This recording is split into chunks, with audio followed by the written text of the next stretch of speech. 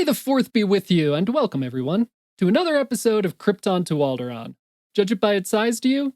And well, you should not. For today, my ally is Royish Good Looks, Star Wars parody songwriter and YouTube sensation, with over 75 million views, over 100,000 YouTube subscribers, and now, with his very own podcast, the Royish Good Looks podcast. But who was he before all that? What was his journey like? How did he go from Anakin to Vader, taking over not the galaxy, but the internet, as well as our ears and our hearts? Join us to find out as we talk about music, Star Wars, friendship, kazoos, and didgeridoos on this episode of Krypton to Alderaan.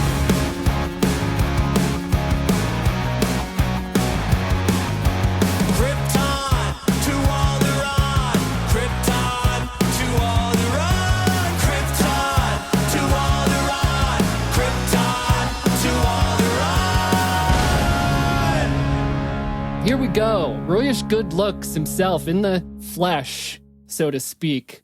Your podcast, the Royish Good Looks podcast. Obviously, it chronicles your journey from YouTube fame stemming from Hello from the Dark Side, your Star Wars parody of Adele's Hello, obviously. But I'd like to take us to a time before that, or I'd like to at least start us there. Our prequel era, if you will. Not necessarily a galaxy far away, but a long time ago in central New York, let's say. So you've given some early history on your podcast as far as your introduction to music. Your first instruments, your lessons, your first band or bands. Where did all that, I want to start by asking, where did all that come from? You don't really get into that on the podcast yet anyway.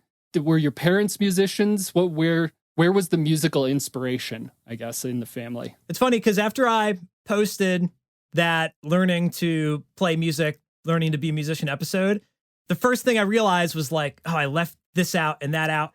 That's happened like every episode so far where I'm like, damn, I should go back and put that thing in or put that in a part 2.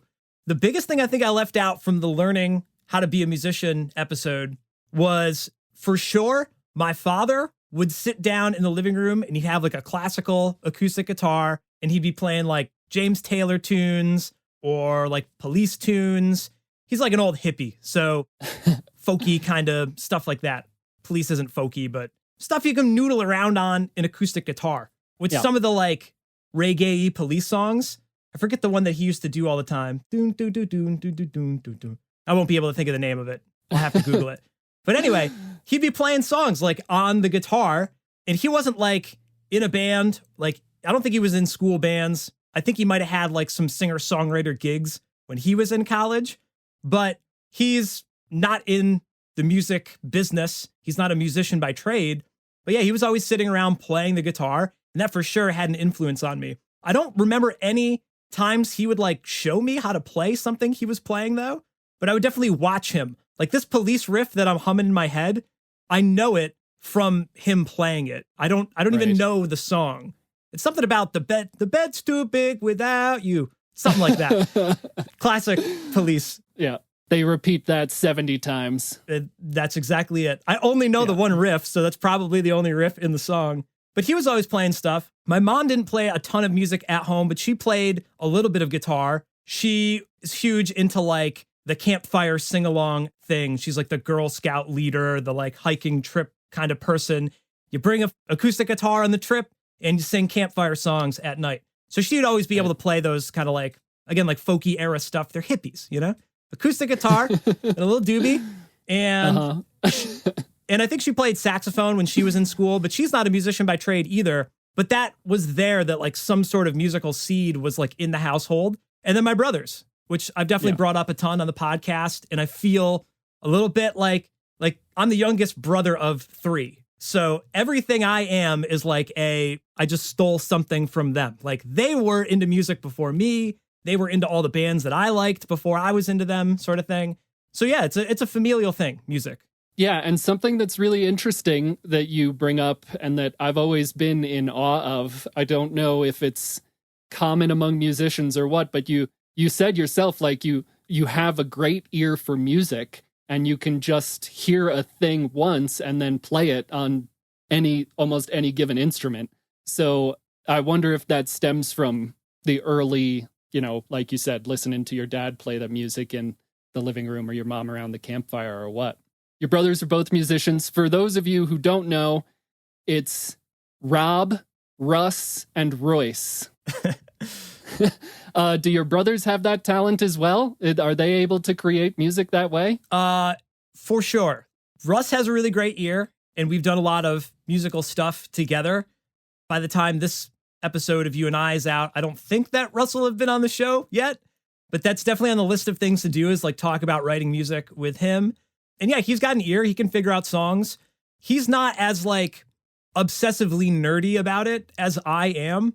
Mm-hmm. And you can have a really great ear, but you still have to sort of study like the theory stuff and like nitty gritty and tie those two together if you really want to like get the most out of it.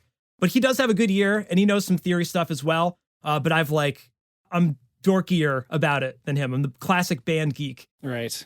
And Rob as well. Like he was the original musician in the family. He started the band that Russ was then in, the Fallout Boys. This will come up on the Royish Good Looks podcast. But they were in a ska band together, and it was Rob's band. I think this is like the joke Rob will always tell is like, they'd be nothing without me as the oldest brother sort of thing. So yeah, they've all got, and they were in school bands. So like we all got some sort of formal music training at some point, and we all have the same parents. So whatever like that passed down to me certainly went to Russ and Rob too, Right. And you did mention piano lessons right around the time the Star Wars, the special editions of Star Wars were coming out. Now, we're going to talk, I think, a lot about Star Wars or the influence that had on us. But was there someone, how did you get into Star Wars? Who introduced you? Were any other members of your family Star Wars fans? See, this is hard to pinpoint because like I would have been 6, 7-ish, around the time of the special editions. Right. But it's like, you don't remember that stuff exactly. Like, oh no, it was this person that handed me that VHS tape. I think it was just that they re-released them in the theater and I went to see them in the theater with my dad. So I guess like I'm kind of like making up the story as I might remember it would be like going to see it literally in the theater as they released it with my dad. We'd always go to see movies together, drive-ins and shit. Like that was our thing. So I assume that's just having the re-release of the special editions period, like Star Wars was everywhere. But again, Rob was like into sci-fi and music and punk and stuff. So he's that influence on me for sure as well. And like we had all the video games and stuff. Like Star Wars was in the household just as much as music was. Right. And then you're playing, like we did a whole episode here on Krypton to Alderaan about Star Wars music. Like right. If you haven't listened to that one, go listen to that one where we like celebrate Star Wars music. Even when you're just playing the video games, the theme songs and stuff are like pushing you along in it. So there's all of that culminating together around that same time period. And being 6 or 7, that movie is playing a role and putting an impression onto me. And so is the music from that. And also the ska punk music of the mid to late 90s. Yeah. Did you have a conscious connection to the music of Star Wars at that point? Did something click for you? I mean, you go on to create Star Wars music, but at that point, like you said, you were very young watching the special editions. Were you able to pick out and be like, whoa, this music is incredible? Or was it just kind of all this Star Wars experience? Yeah, I think it was more of a subconscious thing. Obviously, the music was incredible, but I don't think I was like, hey, the music in this movie is really cool. I should be a musician. There was no way that was the thought process. Right. But like I said, like at some point, my parents were like, you're going to take piano lessons. So what do you learn in lessons? Like you learn all the dorky, like C major scale. And right. like you learn all that fundamental piano stuff. But then like you have beginner piano books. You play like super cheesy, like one little melody with like a beep, boop bass line. And once you learn enough of that, then it's time to learn real music. And I think I was lucky enough that like the Star Wars music existed and I liked Star Wars that I got the beginner Star Wars sheet music, And again, those worlds now collide. And now I'm learning the music from the film. Yeah, in my head canon, I picture a little like anime version of Royce with big swelling eyes watching the special editions and with a little like thinking, I'm going to make a Jar Jar Binks song someday. Dude, it is really weird to look back in retrospect. Like if you can get in the time machine and tell that young kid, he's going to end up doing this. That's pretty crazy to think that all becomes full circle. Yeah. But it was not at all planned. It was just cool that I was able to learn music that I was already sort of interested in. There was no way I was going to go to piano lessons and they were going to teach you like the Police. Like that's right. Maybe some people learned that in their piano lessons, but Star Wars sheet music was at least sort of like a reputable thing. John Williams being a real composer. It's not like, here's how to play So Lonely on the piano. No, but that's a really interesting point that that maybe we should get into, that you bring up in your podcast, sort of the traditional way of teaching music and how you maybe weren't really receptive to learning that way, and that's not how you teach today. Like, you do teach the Police if someone wants to learn the Police, and that's how you teach them music, instead of being like, practice your scales. So I think that's a really interesting sort of insight into your teaching method, right? Like, you learned how you didn't want to be taught, and so you don't apply that to teaching music today. Yeah, well, I mean, anything you're going to learn, like, you have to be inspired by it. And right. Aside from having like a teacher or professor that's like a Neil deGrasse Tyson, that you're just like, wow, you're making like this mundane topic so interesting, and now I care about it. Like, you have to have a really good teacher, period, that knows their stuff and can kind of captivate the student. So for those that don't know, like, I teach beginner and intermediate music lessons as a side gig, basically. Piano lessons, ukulele, guitar lessons. When someone says they want to learn a musical instrument, you have to teach them that fundamental stuff. Like, here's how you hold it. Don't hold it like this. Well, that's comfortable. I want to hold it like that. No, you want to hold it like this. And there are those very strict, like I mentioned in my show, like the classical kind of training. Like, here's how you need to do it properly. There's a lot of those things, but all that stuff is not fun. Side note, my father wanted to take violin lessons at one point. And the story he tells is he went to one lesson, and the first lesson was how to hold the damn thing. Guess how many lessons he took? 1. No more after that. But that is what being a musician is. There's a lot of this stupid stuff you have to learn if you want to truly be great at it. Like I said, anybody can pick up a guitar and play a couple of chords, but it's hard to master. I'm not saying I've mastered it, but you do have to have those fundamentals. Now, if you're going to stick with it, the first lesson can't just be holding the damn instrument. So a lot of the times, if someone comes in and they're taking a lesson for the first time, they're like feeling it out. With guitar especially, like, it hurts to play. Like, the strings, like, they shred your fingers, they leave these like indentations in, your hand gets all cramped up. So if you're like 10 years old or younger, like, it's no fun. It's literally no fun. But if you're like, what's your favorite song? Not every kid has a favorite song. So that's kind of tough, for like, kids can be shy, so you can't really correlate that. You have to figure that out. But if they have a favorite movie and you know the theme music, like it's Pirates of the Caribbean, that's got an awesome little melody you can play. Dun, dun, dun, dun, dun, dun, dun, dun, dun, dun, dun. So then you teach that to the kid, like in the first lesson, or like a truncated version of that, so that they learn something that they already like know, like you have to connect the dots somehow. And that's what sucks about lessons, is if you put, here's how you hold it, here's the scale, now go home and practice the scale.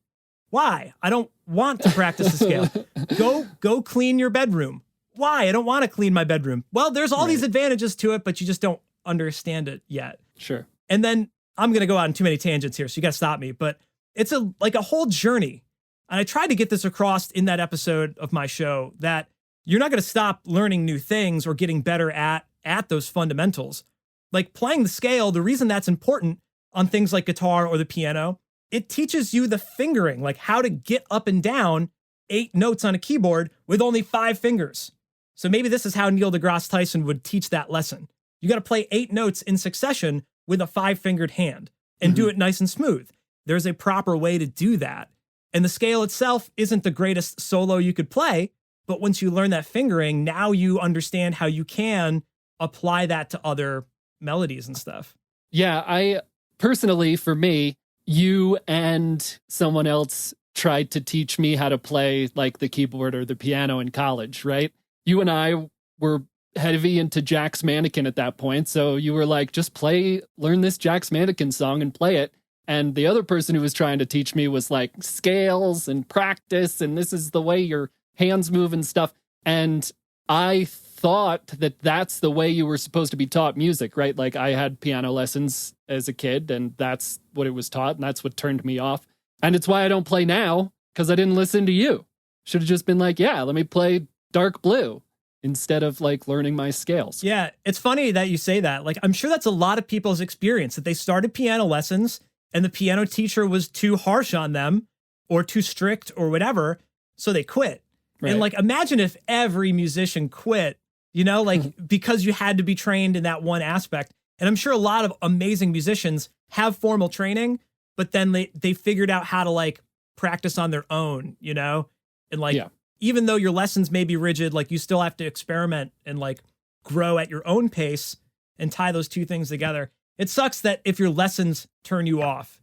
We all want to like become a shredding guitar player after one lesson. That's the other thing. Right. You're like, how come I didn't learn how to play this song today? Yeah. And well, like you said, you're like, can you even play the scale? So you have to do both. It's hard to balance that. Yeah. I want a super popular podcast after like making 1 or 20 episodes. Right. It's the same thing. We just want instant gratification. But let's move along. I want to get into, I guess, what I would consider your and my original trilogy era.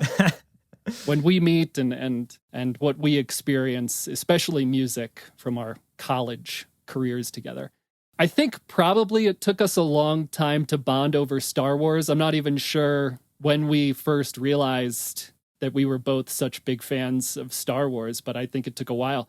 But the first conversation we ever had, even before we met, was about music. And we really didn't bond over that either. More or less.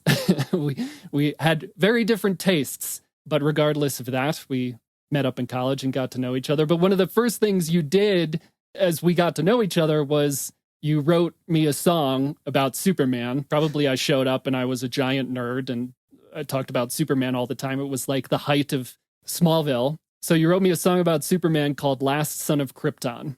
And we're going to talk as we go on here. We're going to talk about how your taste, I don't want to say changed, but maybe like evolved and how that's represented in the music that you make. But that first introduction to you and the music that you create by writing Last Son of Krypton, I mean, it was such a reflection of who you were at the time. It was like hardcore and rough. I don't think it's unfair to say that you were like a little bit hardcore and intense when we first met. So I think it's really interesting that you created that song at that time. We're going to talk about the rest of the journey, but what were you pulling from creating that song? Okay, so I hope I can dig it up. Now you're really putting me on the spot that we can play a little clip of it so people know.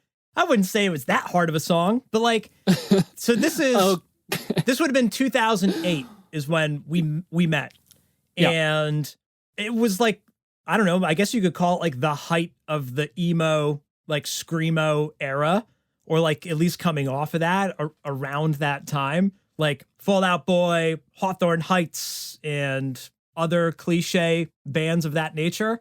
I don't know what inspired that particular song, but yeah, was there like screaming in it? I don't think there was necessarily screaming, but it was very like rough. It was a bam, bam, bam, bam, bam. You know, it was just like a strong song, very like intense. It was very, I don't know how to describe it, but it had this like shell around it. And I consider that such a reflection of you at that time. Yeah. I would say like one, it's in like a minor mode. It's like drop D on the guitar, like dun, dun, dun, dun, dun, dun. Right. It's kind of evil sounding, but I thought that kind of spoke to like the Last Son of Krypton. That should be like an epic thing. Minor is a little bit more epic than major. But in general, dude, I wrote like a lot of angsty, like 2008, I was 19 or 18, 19 then. And I wrote a lot of teen angsty emo music. That was my thing. So that's just what you got at the time. I also wrote a lot of like candy pop stuff or like love songs. And I think I spanned the gamut, but yeah, it was angsty and emo. And also like the lyrics are jokey. Like a lot of my music was never really serious, or even if it was serious, it wasn't like a real story. It was like just made up story, made up lines that just sounded right. I had plenty of songs, even if it was like verse 1, chorus, verse 2, like that entire lyrical thing was like didn't exist. It was just a made up bunch of lyrics to sing something to. That's all. Right. So the lyrics that were corny. Yeah. I don't know if they're corny. I mean, it's fun. If I could find it on my computer, I'd be listening to it all the time. It was just I just attribute that song to your personality when we first met. Funny. But I think the first time we actually bonded over music was Jonathan Colton. Before either of us even knew who he really was. Like I said, I was a nerd. I had Portal, the video game. I was playing it in our dorm room and I beat it and we listened to that song. And you've said on your podcast several times that he's a big influence for you. And just from that experience or that early on, was there something about his music that clicked for you? I don't think we had a lot back then. I think we listened to mostly Still Alive and R.E. Your Brains, but yeah, I don't know. Like, I remember you playing the Still Alive Portal song. I don't know if we started listening to like his music proper though, but you're like, the end of this crazy video game, there's this song that plays and it's like the character in the game. That was just wild. That was genius, such genius marketing for a video game to have like a post-credit scene, basically. That was a song. Dude, it's so smart. And a song that people want to play over and over again. So like, it makes so much sense that they did that. And it's so cool that Jonathan Colton, starving artist at the time, like built his career off of that dumbass video game. It's crazy, Yeah. You know? Yeah. That song, it's like a very odd song. Like even when he plays it, like it has this like odd melody and like key change within it. And it's one of these moments that like, I'm not good with that particular type of music theory. Like whatever he does, he has a melody and you can sing along with it. But if the song's not on, it's like hard to sing the melody because he goes to one special little note and then you're in this new world. And I can sit down and figure it out now. But that's one of those moments where I'm like, how did he do that? We're in a new world now. He went from verse 2 to verse 3 and then we're like up, like I know the key changed, but I don't know how he did it. And Right. I think that's what made me really care about that silly song and then Jonathan Colton in general. It wasn't like any other like top 40 radio song where like, I could do that 100%. Like as long as I have the right inspiration and the right lyric, that's no trouble. He had something special that was like a little bit different and quirky, and it really fit well for that video game. All of his other songs tend to have that like moment in them too, where it's not cookie cutter. He, like you mentioned with John Williams, occasionally he goes left field with something. Right. Like that's that left field thing where you're like, it's a regular pop song, but he sneaks in this extra kind of like upper level thinking that you're like, you have to be a little bit more enlightened to appreciate it fully. Or otherwise you're like me and you're like, what just happened? I don't know what happened, but it was cool, you know? Right. He's talented. Yeah, he's really great. And similarly, around the same time, Shmo Yoho, the Gregory Brothers, Autotune, whatever you want to call them, Autotune the News, whatever, started making it big pretty close to when you and I first met. I think they started making their stuff around 2008 or 2009. Yeah. And I mean, you just idolized them. I don't mean to put words in your mouth, but you played that all the time. Like way before really getting to know Jonathan Colton. Like I said, we were introduced to like a couple of his songs by this point, but you really latched on to that group. And their take was like completely different.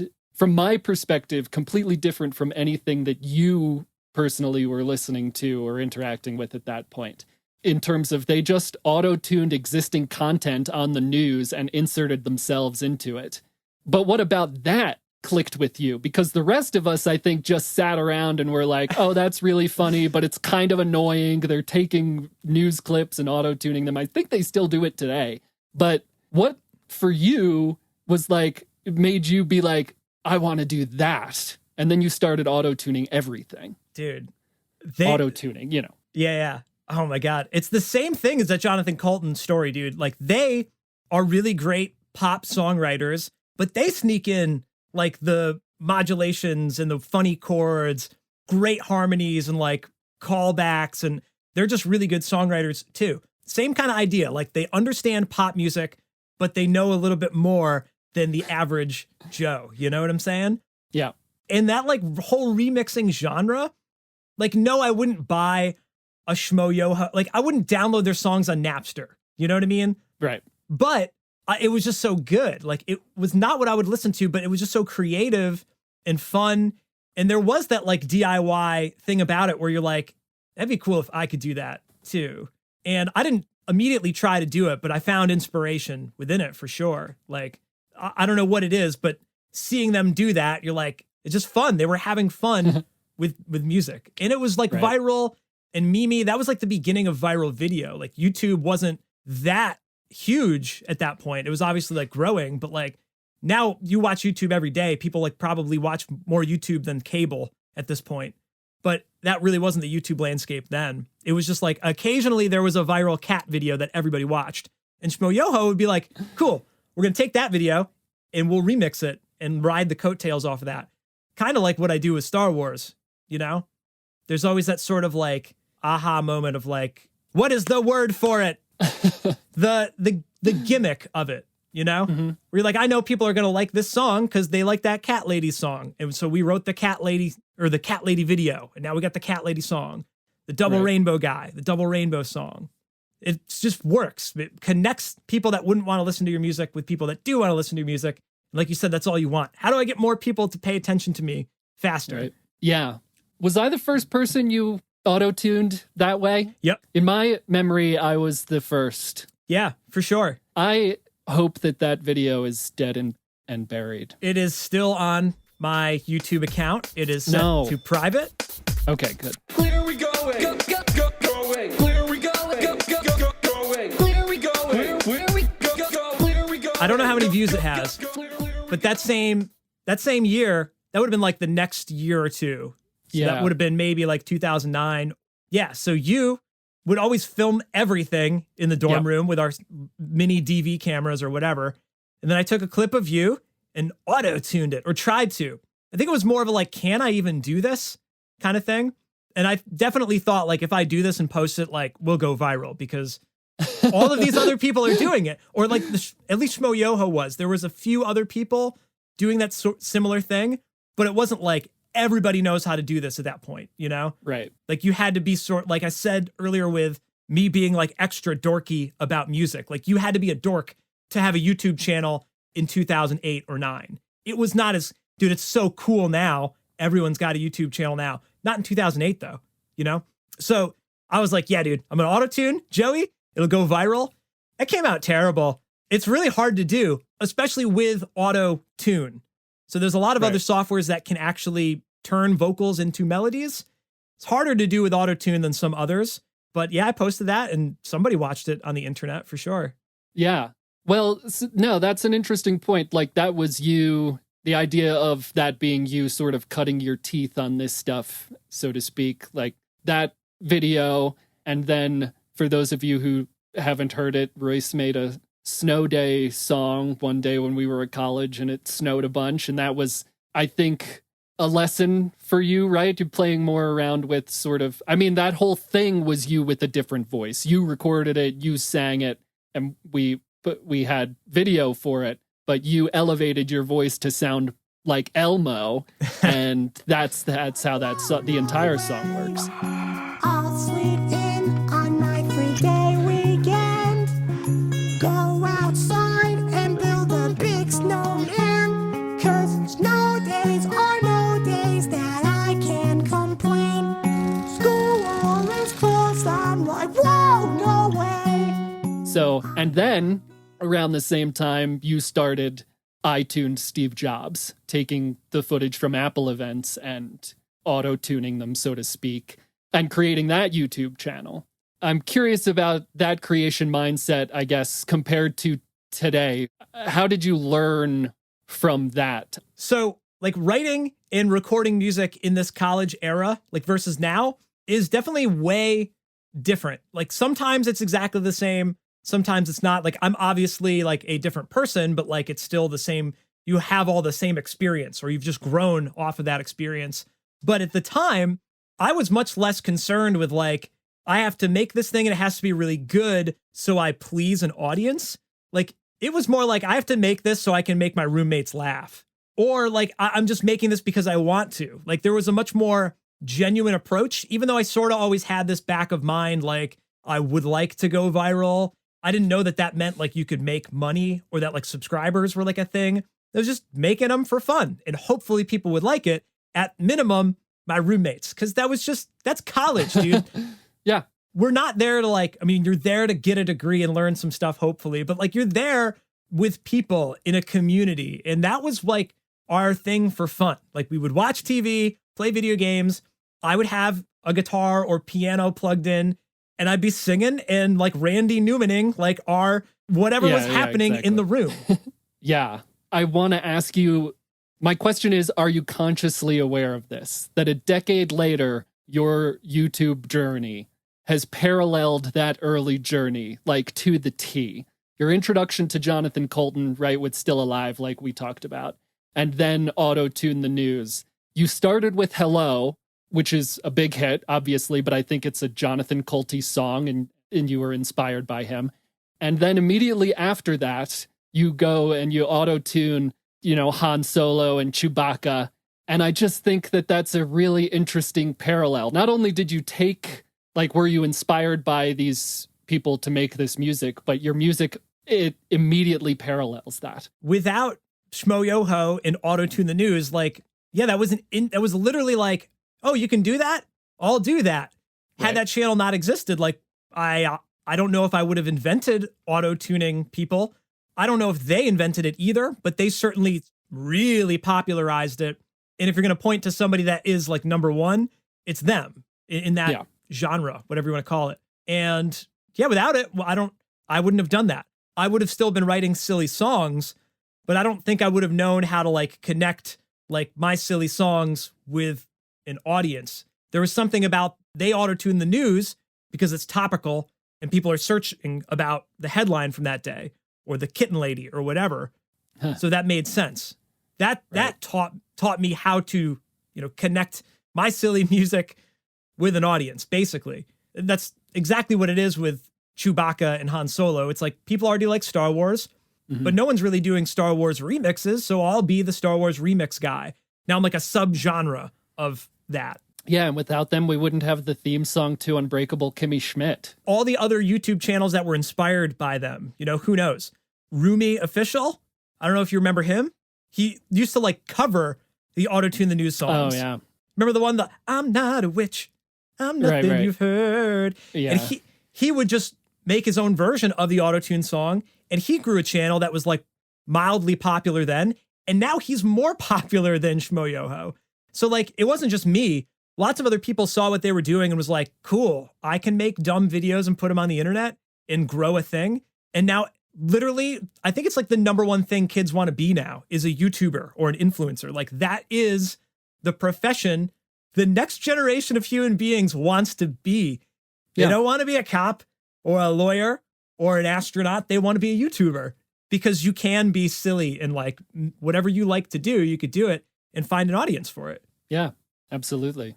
I listened in preparing, we're talking too much about Shmo Yoho, but I listened to Turtle Fence in preparation for this interview, and it's just so good. For anyone listening or watching, Those turtles that were climbing turtles couldn't climb over the turtle fence. So good. It's just so good and just so ridiculous. But like you've said in your podcast, and you've said a lot since I've known you, like a lot, you say anyone can connect to music, right? Like it doesn't matter where the music's from or what language they're speaking in the music. If there are lyrics, the music is its own language. And we're going to go on a little aside here, but do you remember, I'll never forget, we were in the dorm room once and you were just like out of nowhere, what do you think alien music sounds like? And it blew my GD mind. I was like, what do you think alien music sound like? And it was just like an amazing question to hear from a musician, like that you could think that way. Do you think that do you think that was like the goal with John Williams and the Cantina Band and Max Rebo Band? I'm sure he asked that question like you're in a bar, but it's a space bar. Yeah, a you space think bar George in Lucas? a desert, no less. Like there's multiple layers to that. Yeah, it's a fun Star Wars parallel for me thinking I just think about you asking that question. And then recently, like you said on Krypton to Alderaan, we did the Star Wars music episode. And it's just interesting to think that maybe that was their goal. This is what space music sounds like. Yeah. It's just an incredible thought. Not really a question there, just a fun thing to point Sure. out, and just like a dive into your thought process. It blew my mind. I agree. But a lot of our journey together was shaped by music. Like I said, when we first met, we didn't really bond or connect. Our tastes were pretty different, but becoming friends and growing together, we listened to a lot of music and came to like a lot of music that I don't think we would have without our college experience. Like, thanks to Nick Curto, our roommate. I would have never Hey, listened to Lady Gaga. Never listened to Lady Gaga, or at least so much Madonna, just Yeah. like a lot of Madonna. But we listened to the Police and the Beach Boys and music that you would go on later to cover with your band. We just listened to all kinds of stuff. Do you see that, I don't want to say like change of your taste, but like that expansion or evolution of your taste influencing the music that you create today? I would say that anything I hear is going to inspire me somehow, like Old Town Road, like very odd song, maybe not your favorite song. Maybe you're not going to download his album on Kazaa or whatever, but like it's interesting that that is a hit and people find something in it that they like. There's something to pull from that for sure. Like you said, connecting with other people, you're like, here's my favorite song. It's Old Town Road by Lil Nas X. You're going to be like, what is this? You know, playing it for like your parents or something, like the huge disconnect between those generations of music lovers. But Right. I think if you are a music lover, and especially if you're a creator, like how could you not learn something from it? You know, even if you don't understand it, there's something to take out of it for sure. Even if you're not sure exactly what, you know? Right. I don't know if my taste necessarily expanded. I've always thought I've been like open to stuff though. I think the more and more I get older and become more and more of an old curmudgeon, like it is harder to love new music as much as you love the stuff you grew up with. The bands you listen to at 13 years old are going to be they're going to have so much more star power in your mind than Lil Nas X. Like we'll probably forget about that song in 20 years. Maybe not. I don't know. Maybe. But like it's going to be way harder for Lil Nas X. Sorry if you're watching, Lil Nas. Don't mean to harp on Hey, you. please let us know if you're watching. Like for him to dethrone Less Than Jake in my heart. Yeah. That's just not going to happen. Even if like I ended up listening to every single Lil Nas X album, you know what I mean? So it's harder to like attach to new music as much, but I am definitely appreciating different things than I used to. You mentioned Last Son of Krypton being this like breakdown song. Like if a song was emo and screamy, I would be in. It didn't matter. I wasn't like a snob about it. I would listen to that band. You're into pop punk, you listen to every pop punk band, generally speaking, you know, when you're a kid. And as you get older, that's not totally the case.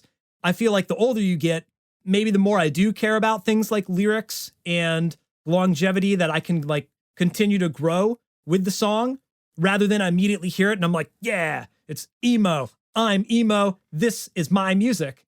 It's not the same now. Like I'll connect with completely different styles of music or completely different like stories in songs. Like I forget who said it. I think it was, nope. Don't want to name somebody that I don't know, but there's a rap like hip hop producer. And he said like, I don't know why rappers can't rap about paying their taxes.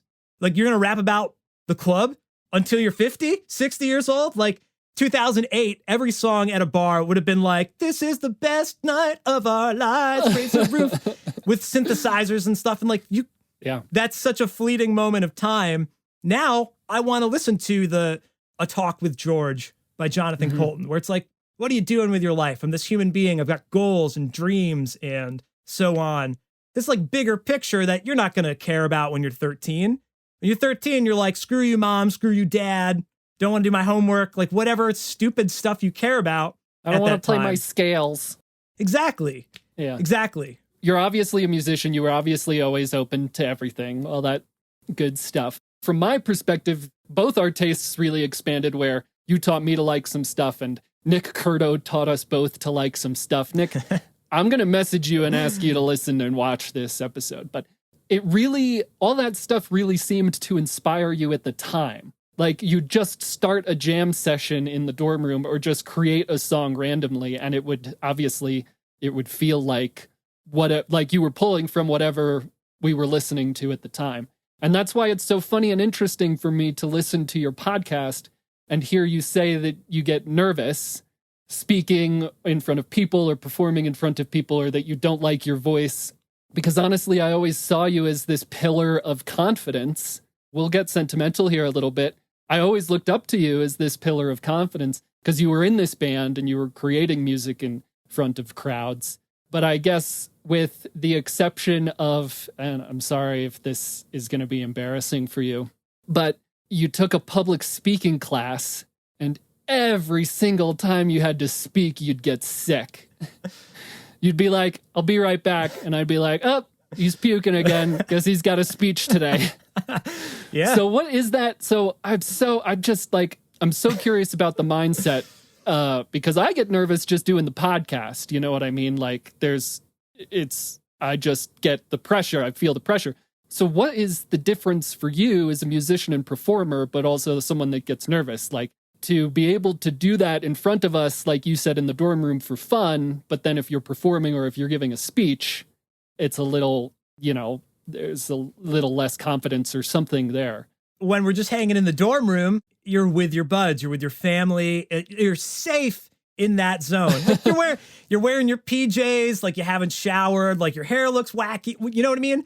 Like it's okay to let the curtain down a little bit and like not be so worried about being silly, which like all of the music I wrote in that time is super silly. Whether it was like a real thing I released or just a memory we have of like, remember that silly ditty you came up with that day or whatever? Like something on one of those mini DV tapes. Like that was just... Remember the didgeridoo? Sorry, go ahead. Yeah. Like just having fun in the moment and letting that, like you said, like someone said, make a song about classic rock. And you're like, now I'm playing AC/DC, but I'm singing something stupid over it. And you're just in the moment, jumping on top of it, having fun. Dude, as soon as you have a formal audience, though, that's not the case. Like, even so much as like you go to the family outing or whatever, and there's a piano at the house, and they're like, oh, well, Royce is taking lessons. Can he play something? And now all of a sudden you're like, I got to put on a show now? Like, that's a different thing. And then people now expect you to be a performer. You go from there's somebody just telling a joke in the corner at the party to now like, let's all have eyes on you. And maybe it's not different at the end of the day, but there's something like the audience is going to critique you. Maybe they're not. Maybe I got to visualize them in their underwear and not care. But like, there's always that thought that like, oh, they're going to know if I miss that note, or they're going to see my hand shaking or whatever. Or if I screw up, like I'm going to feel like an idiot. That's always been there for me, even on these stupid podcasts that we do. When you say, hey, talk about this episode of TV, I'll still be nervous that what I'm going to say isn't going to be interpreted how I want it to be interpreted, or I'm just going to botch the whole thing and I'm going to stumble over the keys and hit all the wrong notes. The interesting thing, though, is if this was a piano recital, a speech for school, hell yeah, I'm going to have tons of butterflies and I'm probably going to want to hurl before. I've gotten over the hurling before, but I still get nervous for those sorts of things.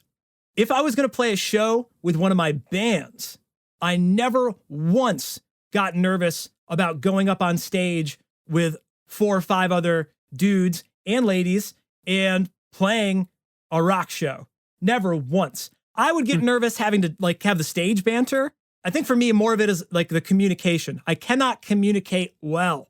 It's not my strength with the English or any other spoken language.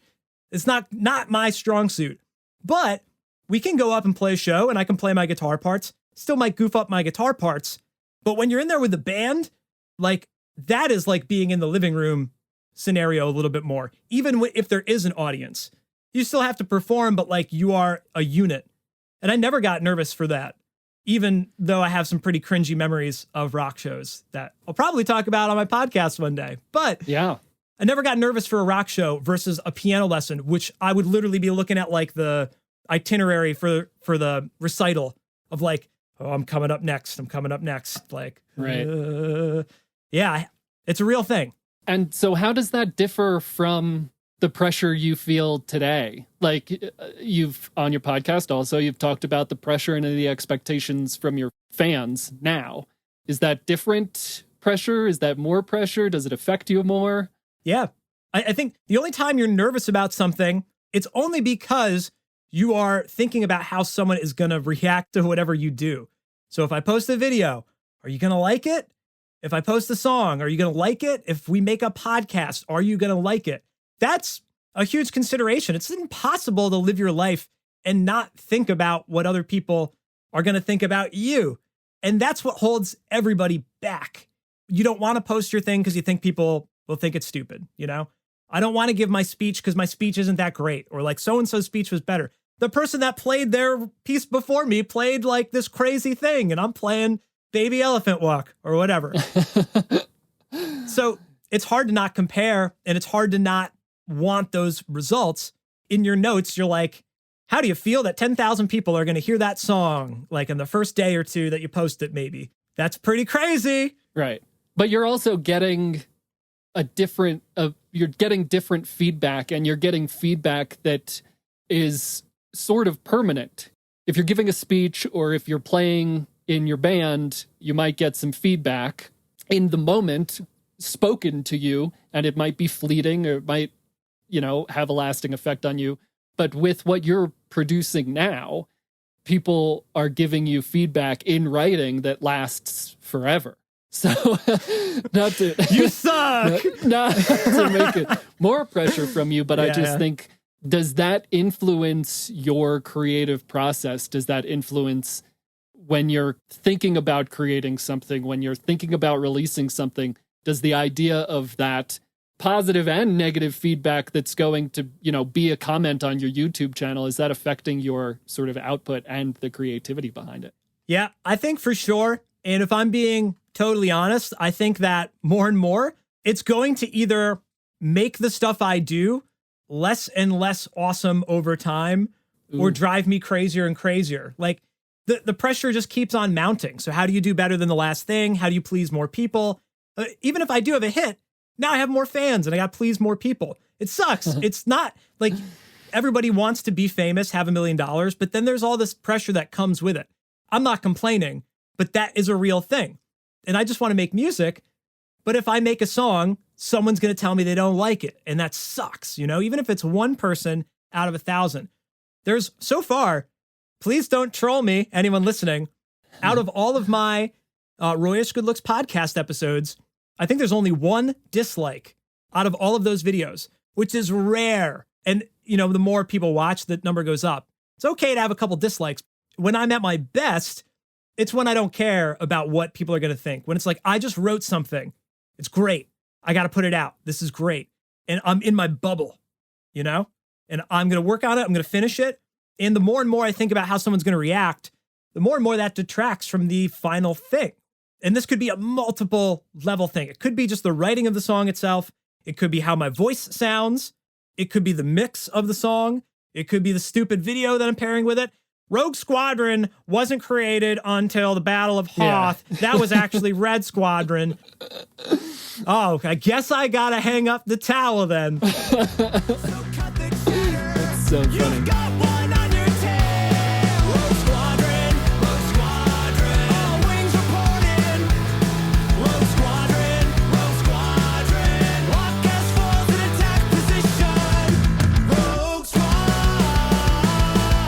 That song already, the Rogue Squadron song, for those listening, I had it completed like several weeks before I posted it, which is very rare for me to have like a song in the bag. I had like completed a couple songs and banked them. And I was like, song's great. I got the mix just how I wanted it. Like, to me, I loved it. And then you get that comment and you're like, crap. Does that defeat the whole purpose? No, forget that guy. But that comment, like you said, is permanent, and I'll remember it forever. And now next video, I got to not screw that up. It's like, oh, we left the coffee cup in the corner of the screen during Mandalorian. There's no Starbucks on that planet in Star Wars. So we better go back and edit that out. And people make fun of that, and it's an error that happens because we're all human. but you got to live with that forever unless you can go back in time and edit it, which I don't think I can do on that YouTube video without posting another one, which is not what I'm going to do. Right. Well, let's discuss maybe a positive note, since But you are... Sure, Joe, we can go positive, but that's the reality, though. Like, you can't ignore that, you know? The only reason I'm saying that, the only reason I'm doing my podcast is to try and be as honest as I can, you know? For better or worse. Sure.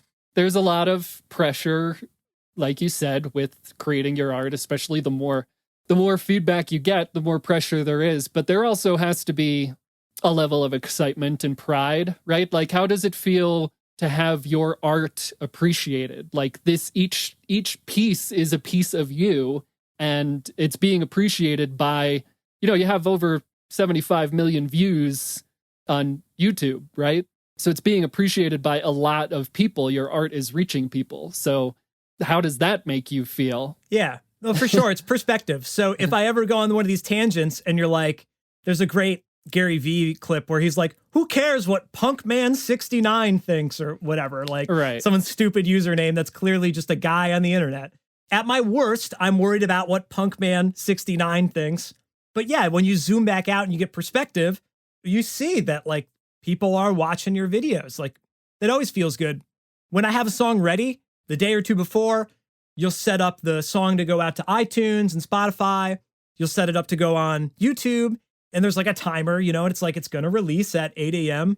on Saturday or whatever. And that always feels sort of like a Christmas Eve moment where it's like I'm not unwrapping a present for myself, but like I'm about to put something out into the world and someone's day is definitely going to be made. There's always comments that are like, oh, I'm so glad you posted a new video. I was wondering if you were dead. Great. You know, glad you're back. And then that is, like you said, that is all you really need. Like, forget the one guy that dislikes the video. For anyone to care about your art is awesome. One person in the dorm room being like, that's a funny song. I like that one, man. You should put that on the internet. Yeah, that's all you need. And I am fortunate enough that those numbers are bigger than just one person. So yeah, you got to tell me to zoom out anytime that we get too deep into the weeds there.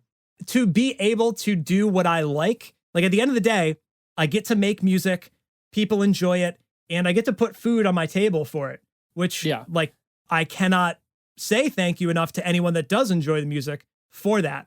Not everybody gets to have that. There's lots of people that probably would like to be in my shoes, you know? And side note, if you're watching and you're not posting your stupid art or music, just go do it. Like, don't be like me. You hear how much I'm up in my head about this. You probably are too. Stop doing that and go post your thing. Somebody will like it. You never know.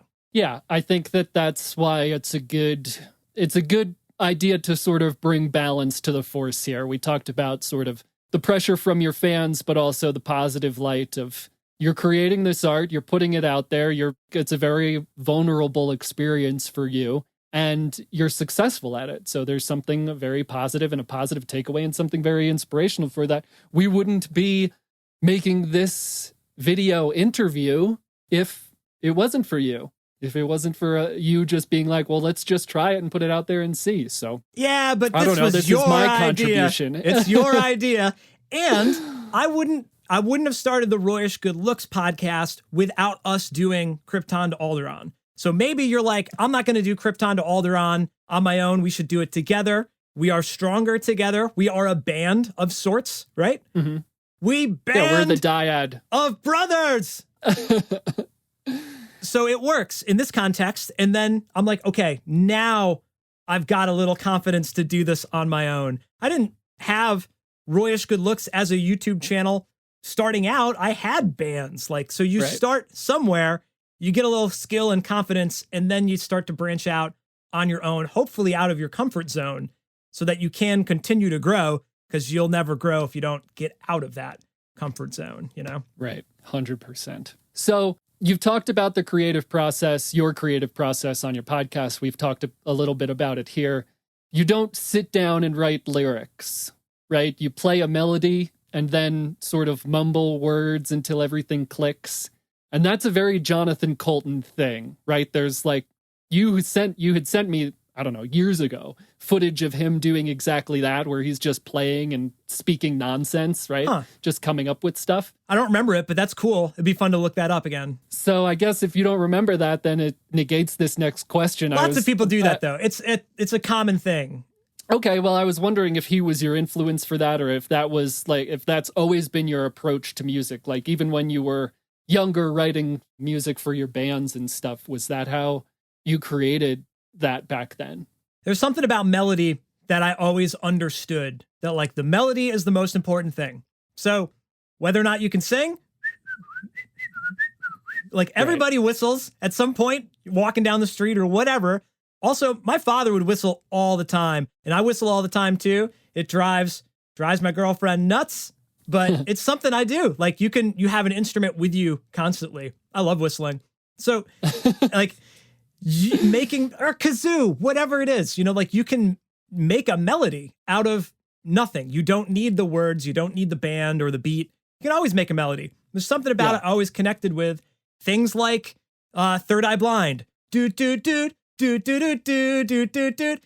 Blink-182. Na na na na na na na na na na na na na na na na. The Police. Da do do do da da da da. All these are exactly the same notes, by the way. But like that's a melody.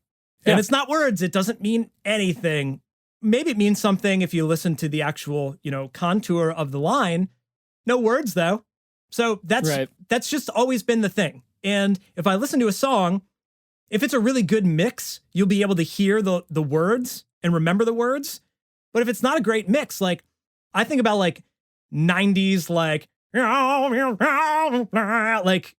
kind of like garage grunge, like era rock, whatever that's called.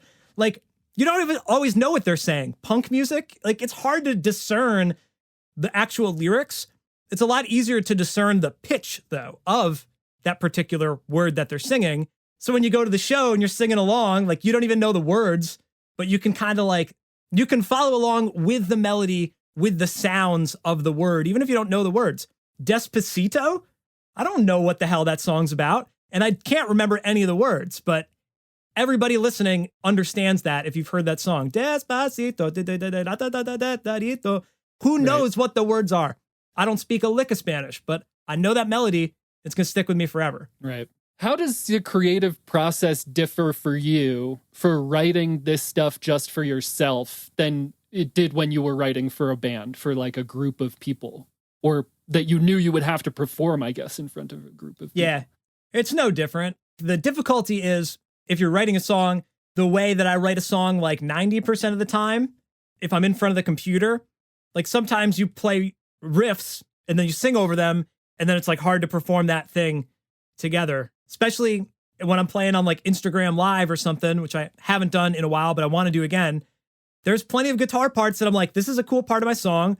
The one that comes to mind to me is the lick in I Am Your Father. 'Cause I am your father, and I rule this galaxy. I am your father. I'm your father.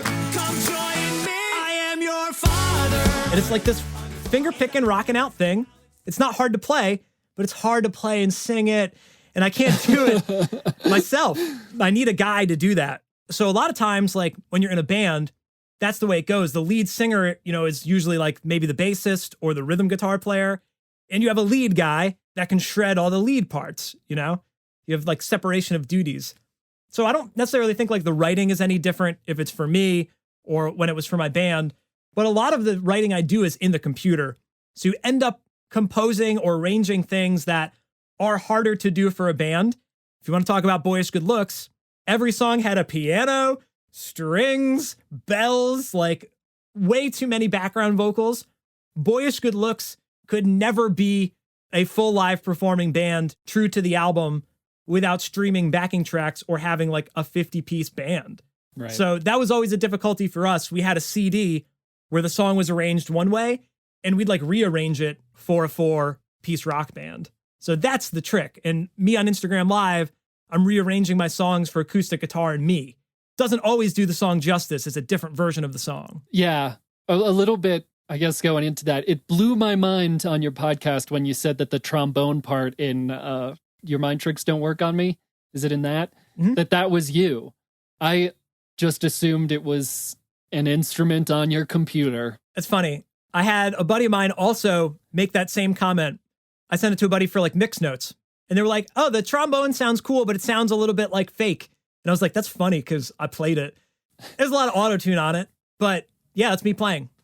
I think you should do a remix where you use the kazoo. I'm expecting the kazoo to come up more in your next like history of music for Royce episode of your podcast, because it was a very big influence in our lives for a long time.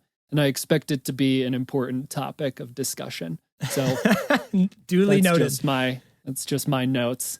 How does it feel when you get the idea for a song? Like, what's that excitement level like on sort of two levels? One, from my perspective, your songs are very fun to listen to, your Star Wars, all your songs, but I'm talking specifically about your Star Wars songs. So being a fan of Star Wars, what's it like to like get the spark, to light the fire, to burn the first? Now, what's it like getting that spark like for Star Wars, but then knowing that at this point, you know it's going to be listened to by so many. So what's that excitement like on two levels? Well, it's awesome when you have an idea and then you have the time to workshop the idea. It sucks when you have the idea and you're like, but I got to go do this thing, because a lot of that really is like a moment of time and your brain is firing like on a wavelength. It's oscillating. You know, the coffee has hit you just right. The beer, the weed, the whatever drug you're on, whatever high you're on, it's going to end up fading away. So you have to capture the damn moment. So hopefully I'll at least voice memo it if it is a good idea, or if it's like a lyric. Sometimes it is a lyric. I'll jot it down in Notes app, but you have to like continue working on it, because the whole song doesn't just appear. You know, right. This is another thing that I harp on in my show is like, write a hello there song. What is the song? Write a song about saying hello. Like, hello, hello. I don't know why. Like, it's going to be somebody figure that out. I don't know. Also, I do have a hello there song and it sounds a lot like that Beatles song. So it's not good. But you have to figure out all the other pieces. So I know I talked about this on my show, but like, you got to sit there with your line, the lyric, the vocal chord, whatever it is, and keep fleshing it out and out and out. It's awesome though when you know you have that particular line that you know is going to sell the whole thing. I thought that with Feel the Force, the last song I put out. I was like, that lyric, that's a song. Feel the Force, like feel the force flowing through you. Oh no, duh, that's got to be a song. When you feel the force flowing through the energy surrounding you, concentrate, clear your mind, the power will be your ally. Feel the force. And then I don't know how long it took to get like the chorus going, but it started with that first very part, like feel the force flow through, na na na na do da do do. And then like you got that whole line, I got to fill out all the other lyrics. Then once you fill it all out, you're like, yes, chorus. Like that's all anybody cares about. Gonna take my horse to the Old Town Road. That's all they care about. But you still got to fill out the other parts of the song, which is why my songs are only 2 minutes and 30 seconds long. Because Right. how are you going to come up with all these other awesome parts that are like better than your chorus or support the chorus? But it feels really cool when you have that spark, because like nothing sucks more when you're like, I'm going to write a song today, which by the way, I don't really do this because it sucks. Even though a lot of people say you should just do it like work. Show up at 9 a.m., write songs. I don't do that. I am of the like, give it to me now. I want to be inspired and have it like naturally flow through me. But sometimes you do say, I haven't posted a song in months. I got to figure out a song to post. I got to write a song. Maybe I'll write a hello there song. What's the first lyric? Hello there. Okay, so the rhythm, hello there. Hello there? Hello there. Like, and you're like trying to write and design your song. It's not inspiring. It sucks and you get nowhere. So if you do have the spark, dude, run with it, man. Capture that lightning in a bottle and run with it. Hello from the dark side. Written, recorded, produced, mixed, video, posting, all within like, it might have been like a 12-hour span of time. Or maybe that's maybe a little bit more than that. Less than a day though. It's the least amount of time I ever put into a creative project with the highest return of all time. Right. So sometimes you just have to go fast and not worry. I didn't worry about what people would think about that so much. It turned out to work in my favor. But Right. sometimes you can sit down and like work it out. Even if you aren't inspired, you could still figure it out. You know, that's just, you got to work a little bit harder. And maybe that's not the one. I try to let it be natural though. Cause then, like you said, you're excited about it. I don't do anything I'm not excited about. Or if I do it, like it's very evident I don't want to do it, you know? Right. All of your songs are so fun to listen to. And I don't think I'm just saying that because I'm biased. I think they're genuinely good, objectively, and fun to listen to. And it's because I do know you. One of the lyrics that sticks out in my mind that I just like picture being so fun when you came up with it is, "You're gonna be sorry you messed with this Mon Calamari." Like every time I listen to that song, I think, what was his reaction when he came up with those words in that order? You're gonna be sorry that you messed with this Mon Calamari. Believe me, somebody's gonna pay. It's a trap, it's a trap. And so your song process of like mumbling, you know, figuring out the melody first is very interesting to me, again, as someone who like has no idea how any of this works. But with lyrics like that, yeah, I guess it's just really interesting how your mind comes up with that stuff. And I just picture you laughing hysterically, coming up with the line, "You're going to be sorry you messed with this Mon Calamari." Is that something you go and tell Robin? Are you like, "Robin, I just came up with this awesome line," and she has some kind of reaction to it? But I fill her in with exactly what's going on, but she is impervious to my bullshit. So occasionally she'll be like, "That song's pretty good." And I'll be like, "Oh, so that one's a good one, huh?" But usually it's like, "Oh, we'll put it right up on the fridge." You know, she's super supportive, hilarious. but she hears like, you're curious as an outsider. She is in the weeds with me and she gets like none of the glory from it. You know what I mean? So she hears all of this, like, "This punk band 69." And she's like, "Shut up.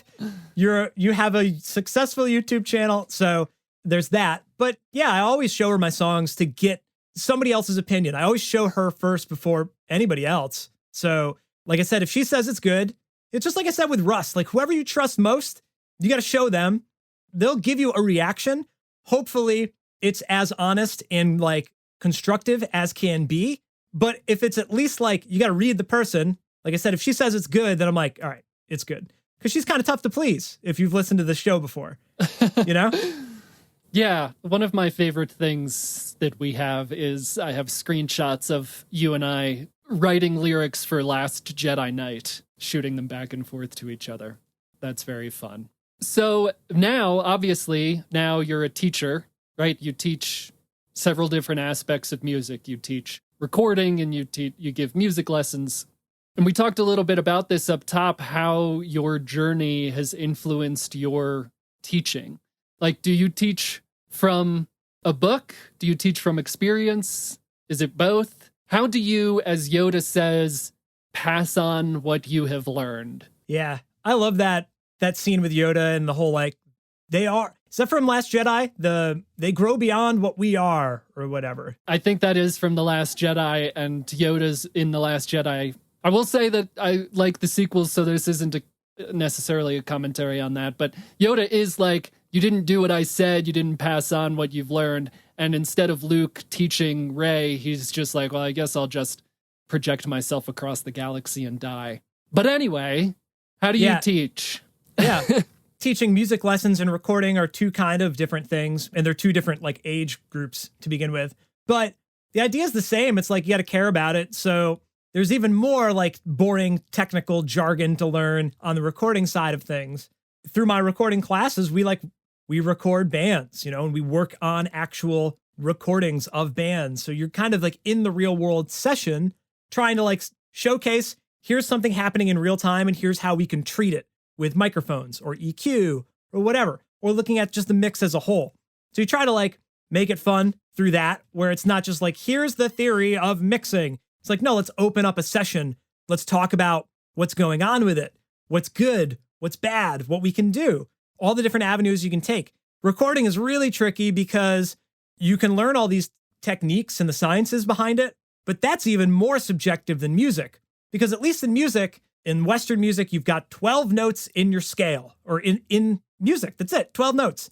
You can go microtonal music and like quarter tones and get really weird. The average song, you got 12 notes to play with. So that's like your sandbox, you know? You can only get so many tonalities out of it. That's the whole thing with alien music, is like, do they have more than, like, does more than 12 notes sound good to them? Because it doesn't really sound good to us all the time. If you're just used to listening to pop music, once you go outside of those 12 tones and you go smaller increments, it sounds funky, you know, like out of tune, basically. Our ears are trained to hear it a certain way. But so anyway, there's like more of a box to work in with music. You're going to write a song. There's only so many avenues you can really take if everyone's going to like your song. Sort of similar with recording, but like this microphone, it could be right here, or it could be over here, or it could be up here or down here. And it will sound different in all of those locations. The same microphone and the same dude. Now I have to teach you how to make recordings. There's a mystery there. And Right. you have to, it's like, comes down to taste. So I can't tell you what kind of music you like. I can tell you how music sort of works, how to play an instrument, but there's so much more of your own personal like journey you have to put into it to do it. So here's how microphones work. Here's how you could mix your song, but you could also mix it this way.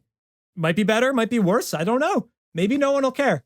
I have plenty of songs that I think I nailed the recording, the performances, the mixing, tonally speaking. I'm like, this song sounds awesome. Nobody cares. Or you totally botch the mix and you're like, this is not that great. Again, nobody cares. They like it, even though it's not good to me. We're also really terrible judges like of ourselves.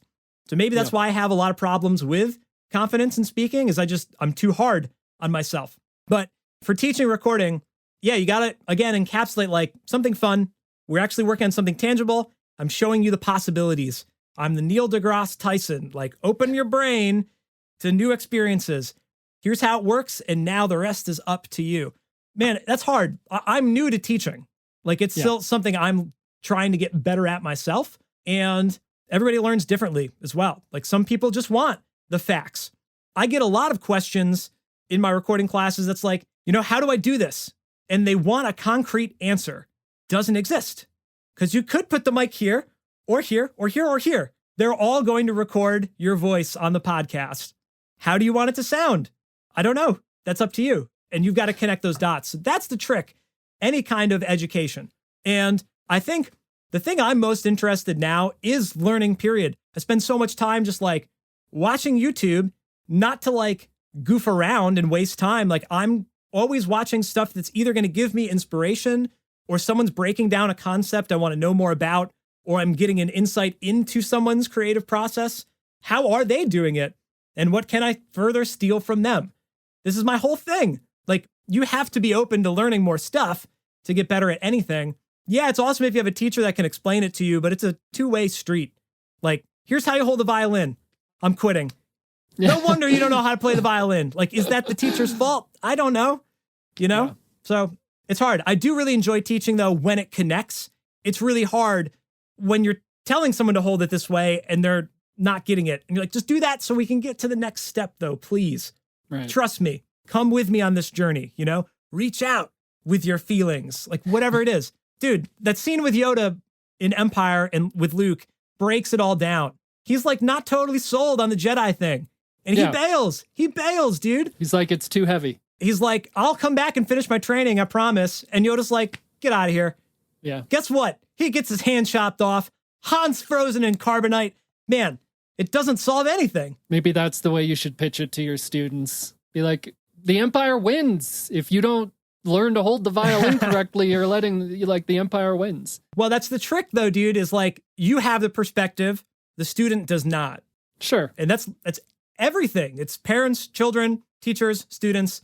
You can't jumpstart it. It has to be a matter of time. It's the thing we hated most in college, right? The student who would be like, is this going to be on the test? And it's just like, either way, this person's trying to teach you a lesson. So whether it's going to be on the test or not, like, just absorb the knowledge. We're all here for absorbing the knowledge.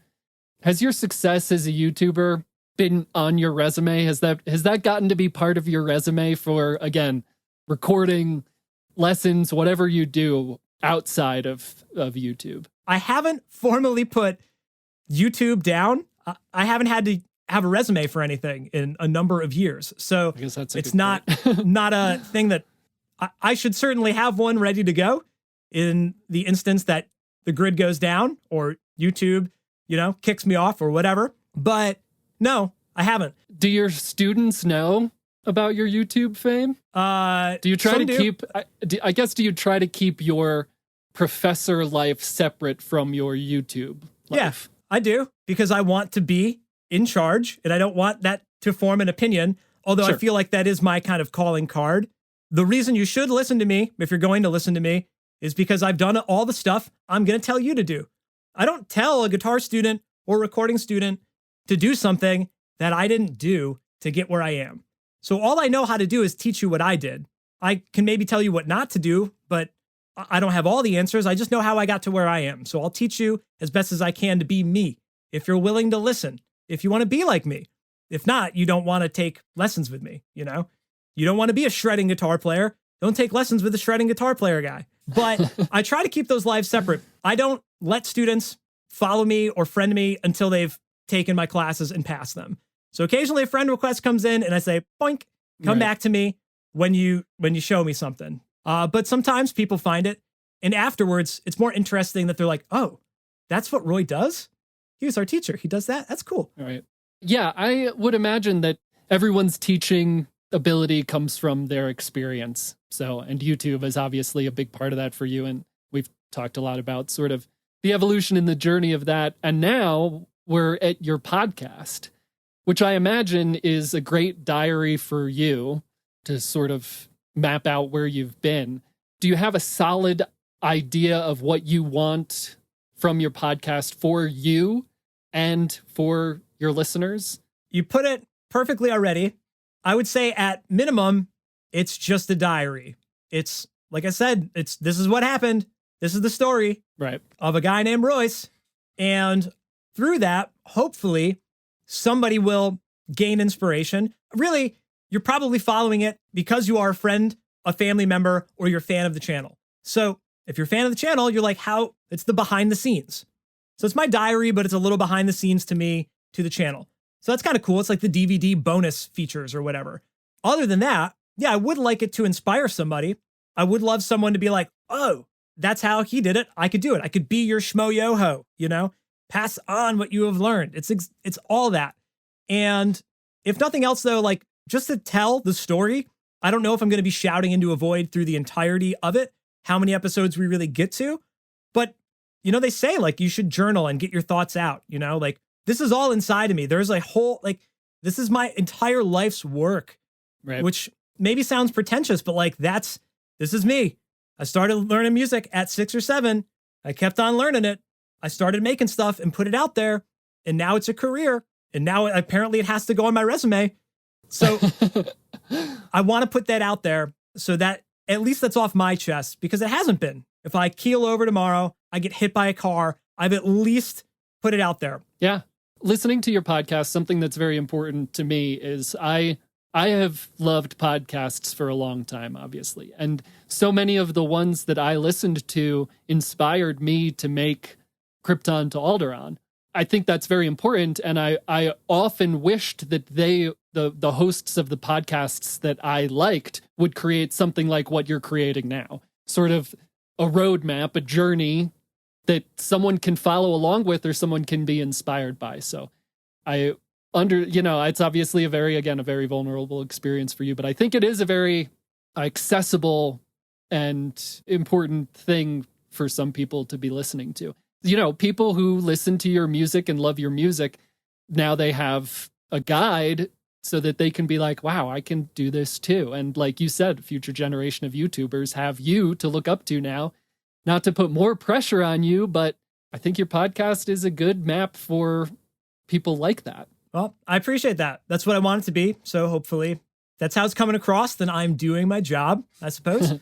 Let's get into some serious, important questions. How many songs do you have planned out in your notes app right now? Not what fans have said, you should write a Boba Fett, blah, blah, blah, but songs that you feel connected to, songs that you want to dedicate energy and creativity to creating.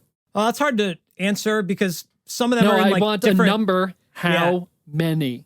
No, just kidding. Go ahead. They're all in like different stages. Like there are a few that like, guess what? If I wanted to, I could put it on YouTube tomorrow, but it's not what I would consider like done or, up to snuff, whatever. Right. Probably at least like 3 to 4 that if I wanted to could be a thing within the next week or two. But they have not been on the like trajectory. Like they didn't hockey stick. So if it doesn't hockey stick, like I said, I lose interest. There's some songs I can come back to if I want to, if I'm like, I got nothing else. So it has to be this. It's like a B-side, basically. Like bands write tons of songs. Michael Jackson, rumor, I don't know if it's true, probably is, would write 100 songs for an album. And you take, a dozen out of that 100. That's how you get to good songs. That's how you get to Beat It and Thriller, Billie Jean, so on. Jonathan Mann, another YouTuber that I draw inspiration from, he writes a song a day. He's in like the 4,000s or 5,000s of songs. His mantra, I think he calls it 70, 20, 10. 70% of his songs, you can just forget about. 20%, not so bad. And then 10% is awesome. 10% of them, you hit it. He's going for like the quantity over quality thing. I'm the opposite. I want every song to be great. So these 3 or 4 that are in the bucket, they're okay. But of the entire list, dozens of like, yeah, that could be a great idea. Maybe that could be a great idea. Or somebody wants that. If somebody wants my restaurant to make cheeseburgers, maybe we'll offer cheeseburgers, whatever it is. Like I take in all that to consideration.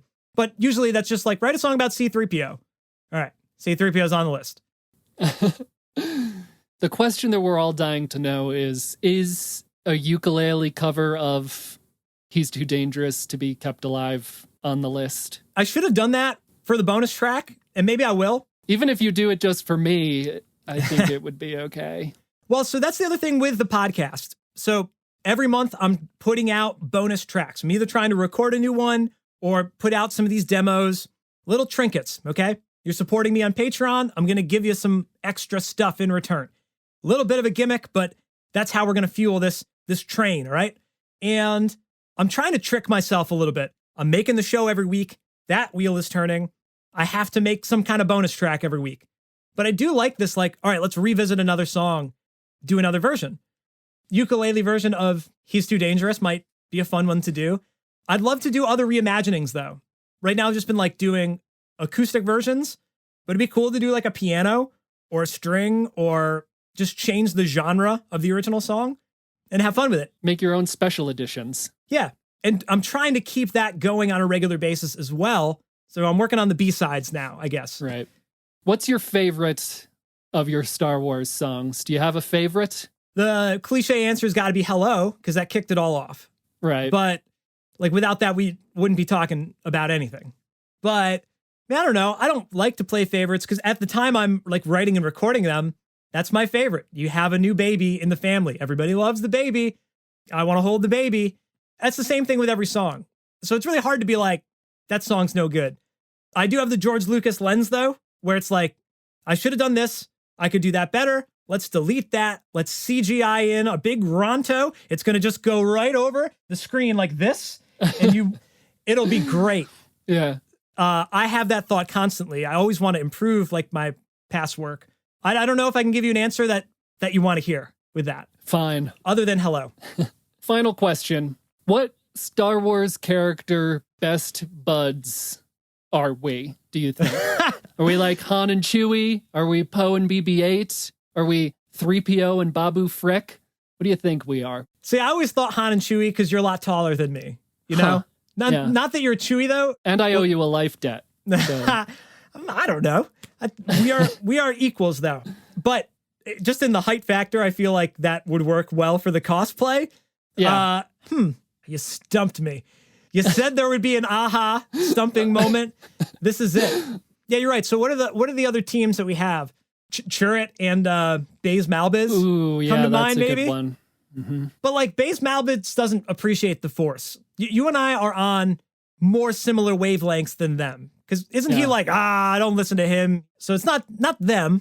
Obi-Wan and Anakin. But so you know what? We'll just have to think about this one, I guess. More research is required. Yeah. We got to think about all the duos though. So We've got Lando and that droid. from L3. Solo. L3. Lando and who's the guy with the Lobot? Yeah, Lobot. Boba Fett. Yeah, I was thinking 3PO and Babu Frick, mostly because when I thought of that to put into this question, I thought it was really funny. And especially that moment in Rise of Skywalker when 3PO's like, he's my oldest friend. This is like known him for 2 minutes. That's a good one. Yeah. I don't know, man. It's like I've said it on Krypton to Alderaan before. Like sometimes you get asked a question and you're like, you get mind wiped. And I'm like, I can't remember any Star Wars characters at the moment. Yeah. That goes back to our conversation about pressure. It's tough. Well, you want an answer. Who's in Star Wars? What's a Star Wars? Yeah. Yeah. I just wanted to say, I think this has been a really great conversation. And also, I just don't think I've ever let you know this, and this is a pretty good time to let you know that you taught me so much about who I am and what I like today. You taught me that all music is good. Like what I said when we first met, we didn't really bond over musical taste, and you asked me what I liked, and I was probably like everything but country, which was always everyone's favorite answer. And now I love country because of you and because of Lorelai. But bigger than that, you specifically have influenced my understanding and realization, respect, that all art is good, right? And you cannot like the special editions, or you cannot like the prequels, or you cannot like the sequels, but it's all a matter of interpretation, right? We're all here to interpret art, and all art is part of somebody, so it all deserves to be respected, no matter how critical we're all being about it. First and foremost, it deserves respect. It's someone's creation. And you did that for me. And I just wanted that to be a part of our conversation, especially with, like we talked about, your pressure from fans and stuff. But yeah, I wouldn't have the understanding of it all that I do today. I wouldn't be like, can we all just please like Star Wars without you? So thank you for that. Well, I appreciate it. I love that sentiment. And I would have to say the same thing. Like, again, Portal, like I would never play that game without you. Never heard that thing and all of the Jonathan Coulton-ness that was given to my life through just knowing you. But dude, we always listened to music. That was like the thing. We'd be hanging out, there's a song on. And if we liked it, we probably just played it over and over and over and over again for Right. whatever reason. We just would overplay it. So I love bonding with people over the stuff they care about. And sometimes it isn't the thing you initially liked where you're like, hey, watch Smallville. Like we watched all of Smallville. I would watch it on and off, but like that's another thing where you're like, I really care about this. I want to show it to you.